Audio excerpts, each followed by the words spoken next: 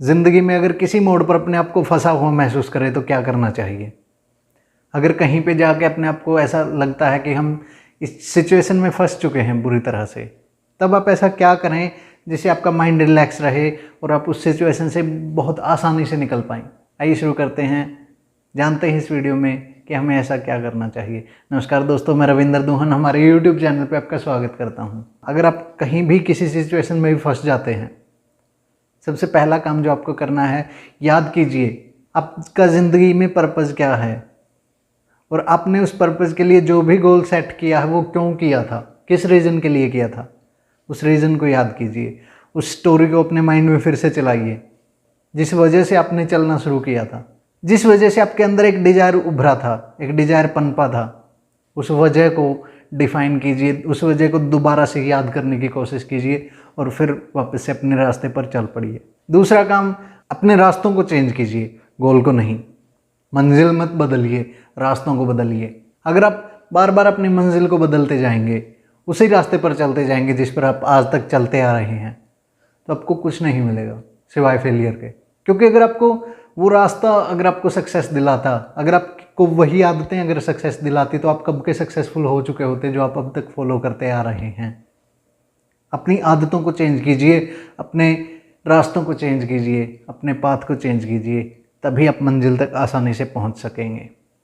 अगर आप बार बार अपनी मंजिलें चेंज करते रहे तो आप हमेशा गोल गोल घूमते ही रह जाएंगे। आप उसी रेस में फंसे रह जाएंगे, क्योंकि आप उसी रास्ते पर चल रहे हैं जो गोल गोल घुमाता ही जा रहा है आपको। अपने रास्ते को चेंज कीजिए अगर आपको कामयाब होना है, अगर आप में कामयाबी की भूख है। तीसरा स्टेप, कभी शेर को देखा है? वो 2 कदम पीछे चलता है, फिर शिकार पे टूट के पड़ता है, फिर अपने शिकार को काबू में करता है। अगर आपको भी अपने गोल को काबू में करना है तो स्टेप बैक कीजिए। ज़िंदगी में स्टेप बैक भी ज़रूरी हैं। जब तक आप पीछे की ओर स्टेप नहीं लेंगे तब तक आप आगे की ओर स्पीड नहीं बना सकते। एक स्टेप बैक लीजिए और फिर बाउंस बैक करिए, फिर अपने शिकार पे टूट के पड़िए, फिर अपने गोल की तरफ बढ़िए, जल्दी पहुंचेंगे। अपने अंदर जुनून को जगाए रखिए। स्टेप बैक लेने का मतलब ये नहीं है कि आपने पीछे स्टेप लिया और फिर वहीं पे आप रुक गए। दुगनी फोर्स से उस स्टेप को आगे रखिए, पूरी जान लगा दीजिए उस स्टेप को आगे रखने में, ताकि आपकी मंजिल को पता लग सके कि आपने जो स्टेप लिया है वो उस तक पहुंचने के लिए लिया है। और आपके जुनून, आपकी मंजिल को दिखाइए कि आप में इतना जुनून है कि आप अपनी मंजिल को पैरों के नीचे ला के रख देंगे। एक ना एक दिन, एक ना एक दिन आपकी मंजिल आपके पैरों में होगी। चौथा जो काम करना है वो करना है, अपनी प्रोग्रेस को लिखते रहिए। जितने प्रोग्रेस आपने की है, 1 दिन में, 2 दिन में, 4 दिन में, 1 हफ्ते में, मैक्सिमम 1 वीक, उस प्रोग्रेस को लिखते रहिए। चाहे हर हफ्ते लिखिए, चाहे तीसरे दिन लिखिए, चाहे रोज़ की रोज़ लिखिए। जब तक आप प्रोग्रेस लिखना स्टार्ट नहीं करेंगे तब तक आपको पता ही नहीं चलेगा कि आप कितना चल चुके हैं अपनी मंजिल की तरफ, आपने कितने माइलस्टोन्स अचीव कर लिए हैं। क्योंकि जब आप माइलस्टोन्स को अचीव करते हैं, उसके बाद अपने आप को जो रिवॉर्ड्स देते हैं, उन रिवॉर्ड्स के बदौलत ही, उन रिवॉर्ड्स के बलबूते पर ही आपको आगे बढ़ने की चाह आती है, आपको आगे बढ़ने की हिम्मत आती है। तो अपनी जो प्रोग्रेस है उसको लिखते रहिए, ताकि आपको पता चल सके कि आप किस डायरेक्शन में जा रहे हैं, सही जा रहे हैं, गलत जा रहे हैं। आपको अपने गोल्स के प्रति हमेशा अवेयरनेस रखनी है। अगला काम जो आपके प्रोग्रेस लिखने के बाद आपको करना है, चाहे अच्छी बुक्स को पढ़िए, चाहे सुनिए, चाहे देखिए, लेकिन हमेशा कुछ ना कुछ सीखते रहिए। चाहे वीडियो के जरिए, चाहे ऑडियो के जरिए, चाहे रीडिंग के जरिए, हमेशा अपने अंदर कुछ ना कुछ नॉलेज फीड करते रहिए, ताकि आप अपने गोल तक आसानी से पहुंच जाएं। जिन्होंने बड़े बड़े एग्जाम्पल सेट किए हैं आपकी फील्ड में, उन लोगों की गलतियों से सीखिए, उन लोगों के एक्सपीरियंस से सीखिए, उन लोगों को पढ़िए, उन लोगों को सुनिए, और अगर पॉसिबल है तो उनके साथ थोड़ा टाइम बिताइए। अगर पॉसिबल नहीं है तो उनको आप पढ़ के भी उनके साथ टाइम बिता रहे हैं। अगर आप फिजिकली उनके साथ टाइम नहीं बिता रहे हैं तो आप उनके साथ मेंटली या स्पिरिचुअलिटी के टाइप में आप उनके साथ टाइम बिता सकते हैं। उससे आप अपने आप को एक नई उम्मीद दे रहे हैं आगे बढ़ने की, आप अपने आप को एक नया रास्ता दे रहे हैं, अपने आप को बहुत सारे आइडियाज़ दे रहे हैं, अपने ब्रेन को शार्प कर रहे हैं आप उनको पढ़ के। तो हमेशा कुछ ना कुछ अच्छा पढ़ते रहिए, अच्छा सुनते रहिए, अच्छा देखते रहिए। अगला जो काम करना है, पेशेंस बनाए रखिए। हो सकता है आज के आज ही आपने कुछ स्टार्ट किया तो आज के आज ही रिजल्ट ना आए, आपको 1 महीने का, 2 महीने का, 3 महीने का, 6 महीने तक का पेशेंस रखना पड़ सकता है, लेकिन पेशेंस रखिए। जितना आप पेशेंस रखेंगे उतना ही आपका फल मीठा निकल के आएगा। सहज पके सो मीठा होए, सब्र का फल मीठा।